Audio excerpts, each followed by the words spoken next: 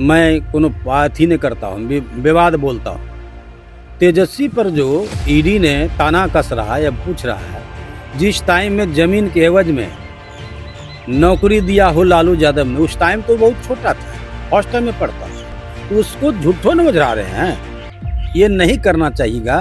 तेजस्वी बिल्कुल इनोसेंट है, निर्दोष है, कोई भी बच्चा निर्दोष है, सब बच्चा निर्दोष है, चाहे मिसा भारती हो, जो भी हो।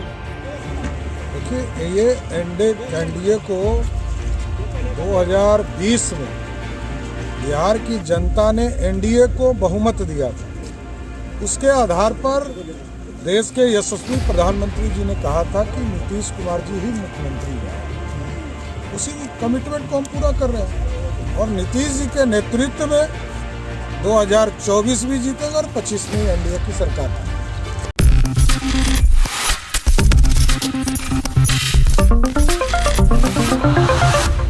नेक्स्ट 9 न्यूज़ में आपका बहुत बहुत स्वागत है। मैं हूं आपके साथ अबरारुल हक रहमानी।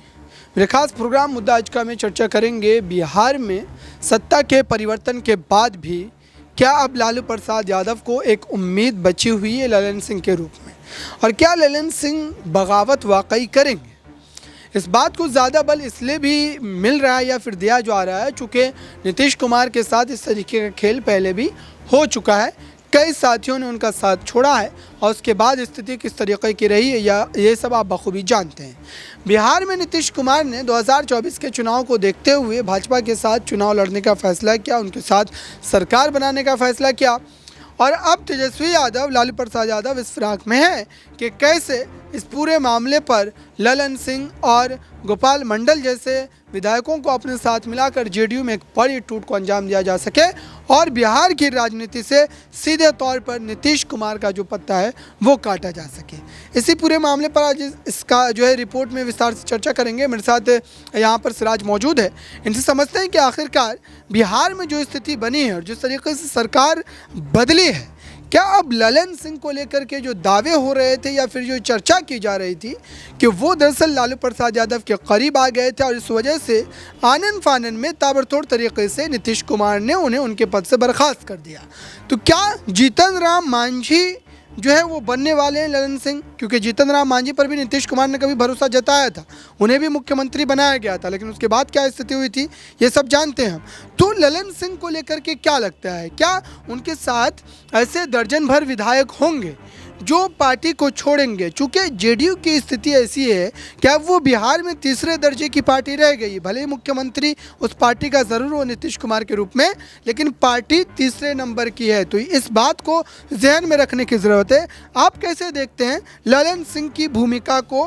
क्या वो लालू प्रसाद यादव के खेमे में जा सकते हैं? क्या तेजस्वी यादव के मुख्यमंत्री बनने का सपना पूरा हो सकता है?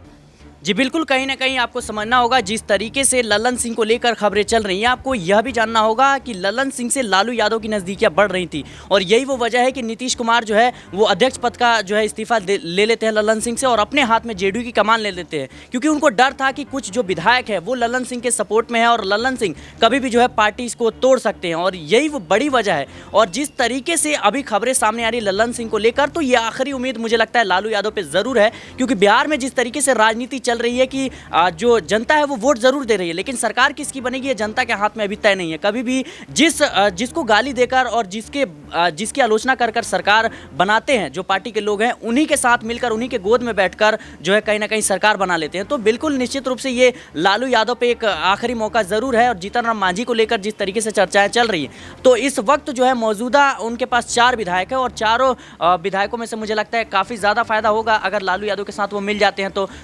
दूसरा पहलू यह भी देखें कि ललन सिंह के पास जो है 10 विधायक हैं और अभी ललन सिंह ने चुप्पी तोड़ी नहीं है, और जिस दिन वो चुप्पी तोड़ेंगे, क्या अगर इस पूरे मुद्दे को हम इस तरीके से समझे, गोपाल मंडल ऐसे विधायक हैं जो जब रस्साकशी का पूरा खेल चल रहा था बिहार में, जब कहीं ना कहीं ये कहा जा रहा था कि ये सरकार बनी रहेगी, टूटेगी नहीं, गठबंधन ख़त्म नहीं होगा, उस समय गोपाल मंडल से एक पत्रकार ने एक सवाल पूछा था और वो सवाल ये कि अगर नीतीश कुमार ये बगावत करते हैं तो उसके बाद जेडीयू की स्थिति क्या होगी, और उस विधायक का नाम था गोपाल मंडल। आज भी वो लालू प्रसाद यादव के जो है पक्ष को लेते हुए दिखाई देते हैं।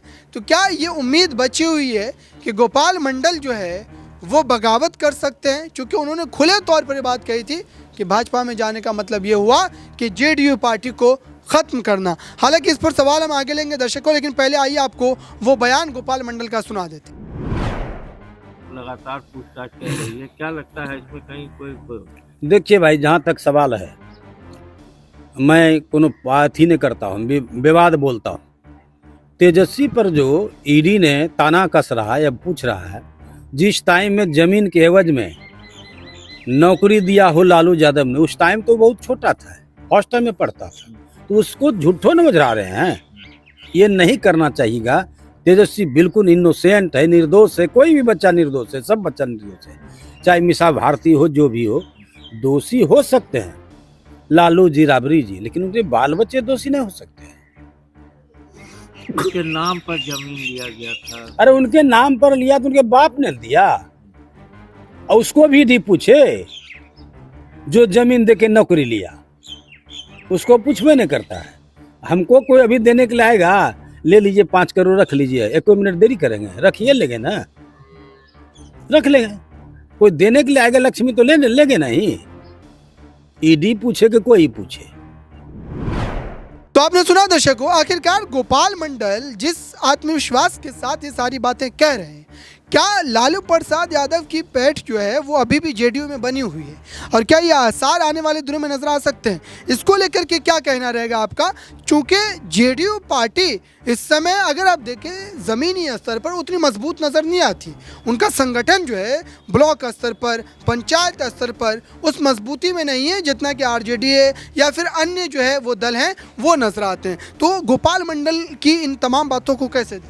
जी देखिए, बात करें जेडीयू की तो नीतीश कुमार वो नेता है जिन्होंने कभी भी जेडीयू की कमान दूसरे लोगों के हाथ में उतना हावी रूप से नहीं देने दिया है, क्योंकि आपको समझना होगा लल्लन सिंह जिस तरीके से विधायकों के टच में आ रहे थे और लगातार उनके संपर्क थे, तो ऐसे में उनसे जो है अध्यक्ष पद से इस्तीफा ले लिया जाता है। दूसरी तरफ बात करें तो आपने बात की जेडीयू की, तो आपको ये समझना होगा कि नीतीश कुमार अब वो नेता नहीं रहे जिसका जो है बिहार में कह सकते हैं ब्लॉक स्तर पर, ग्रामीण स्तर पर उनकी पकड़ हो, क्योंकि जिस तरीके से दल बदल की राजनीति उन्होंने की है, खासतौर पर जब वो आरजेडी के साथ आते हैं तो लगातार जो है वैकेंसियां निकलती हैं, नौकरियों को लेकर भी काफ़ी ज़्यादा एक बिहार में बड़ा इशू था और उसको सॉल्व करने का प्रयास करते हैं। लेकिन दूसरी तरफ अब भाजपा में चले जाते हैं और भाजपा की राजनीति और नीतीश की राजनीति में दोनों में ज़मीन आसमान का फर्क है। एक तरफ नीतीश कुमार जो है वो मुस्लिम वोट बैंक को भी साधने का प्रयास करते हैं ताकि उनसे जो कह सकते हैं मुस्लिम वोट बैंक जुड़ा रहे, अल्पसंख्यक समाज है वो भी जुड़ा रहे, दलित वोट बैंक भी जुड़ा रहे। एक सवाल इसमें मैं ये जोड़ना चाहूँगा कि आखिरकार भारतीय जनता पार्टी के जो इस समय प्रदेश अध्यक्ष हैं सम्राट चौधरी,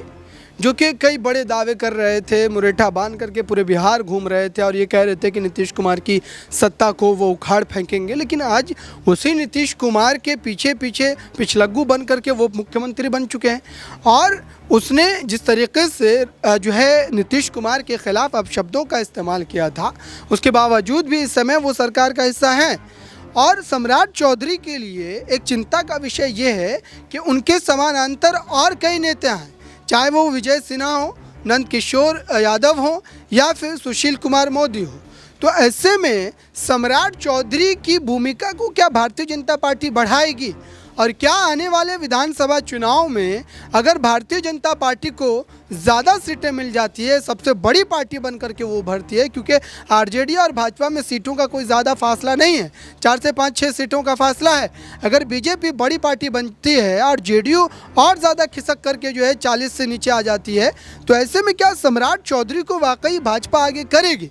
जिस तरीके से सम्राट चौधरी इस समय बागडोर संभाले हुए हैं भारतीय जनता पार्टी का बिहार में, तो सम्राट चौधरी की भूमिका आप कहां पर देखते हैं? सुशील कुमार मोदी से आगे, नंद किशोर यादव से आगे, विजय कुमार सिन्हा से आगे?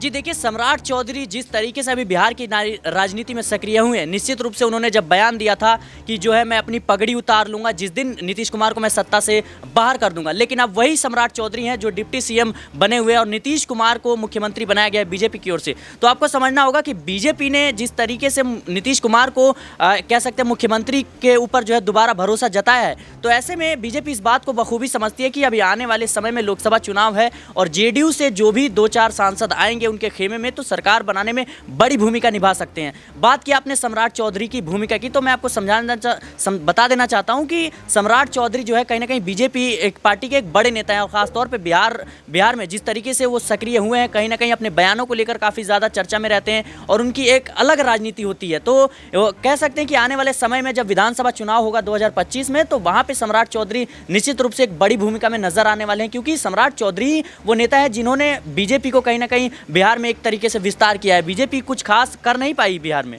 बिल्कुल, इस पूरे मुद्दे पर सम्राट चौधरी आखिरकार क्या कह रहे हैं, देखिए इस रिपोर्ट। देखिए, ये एनडीए को 2020 में बिहार की जनता ने एनडीए को बहुमत दिया था। उसके आधार पर देश के यशस्वी प्रधानमंत्री जी ने कहा था कि नीतीश कुमार जी ही मुख्यमंत्री होंगे। उसी कमिटमेंट को हम पूरा कर रहे हैं और नीतीश जी के नेतृत्व में 2024 भी जीतेंगे और 25 में एनडीए की सरकार बनेगी। तो आपने देखा दर्शकों, आखिरकार बिहार की राजनीति में इस समय जो अब एक नई हलचल शुरू हुई है, और वो हलचल तेजस्वी यादव, लालू प्रसाद यादव के क्या पक्ष में जाएगी, क्योंकि ललन सिंह को लेकर के लगातार ये चर्चा हो रही है कि वो भी सही मौका देख करके जिस तरीके से नीतीश कुमार ने बगावत की है, वो भी पार्टी को तोड़ सकते हैं। और ये सारा का सारा खेल जो तेजस्वी यादव का वो बयान था, जिस बयान में उन्होंने साफ तौर पर कहा कि जेडीयू में असल खेल अब होगा 2024 के पहले होगा। इस पूरे मामले पर हमारी नजरें बनी हुई है, जो भी अपडेट होंगी हम आप तक पहुंचाते रहेंगे। इस खास रिपोर्ट में बस इतना ही। जुड़े रहें बड़ी खबरों के लिए नेशनल न्यूज़ के साथ।